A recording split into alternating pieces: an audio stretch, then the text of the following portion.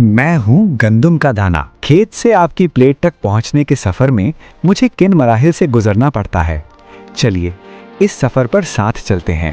सबसे पहले हल चलाकर खेत की ज़मीन को नरमो हमवार किया जाता है। इसके बाद ज़मीन की ज़रखेज़ी बढ़ाने के लिए डीएपी खाद का इस्तेमाल किया जाता है और पानी दिया जाता है ताकि फसल की बेहतर नशोनुमा हो सके।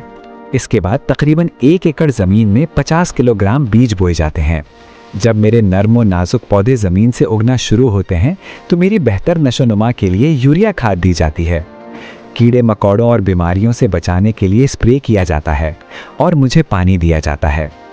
यूँ 6 महीनों में मैं आहिस्ता आहिस्ता बढ़ता हूँ।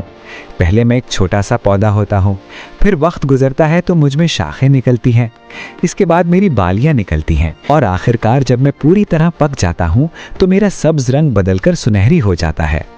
जब मैं मुकम्मल तौर पर पककर सुनहरी हो जाता हूँ, हार्वेस्टर की मदद से मेरी कटाई की जाती है और मेरे दानों को भूसे से अलग किया जाता है।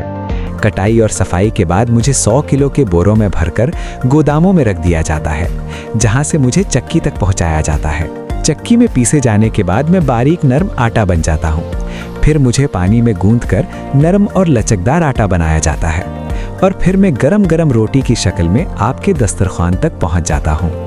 खेत से दस्तरखान तक ये सिर्फ गंदम का सफ़र नहीं, ये एक पूरी कहानी है, मोहब्बत, मेहनत और ज़मीन की।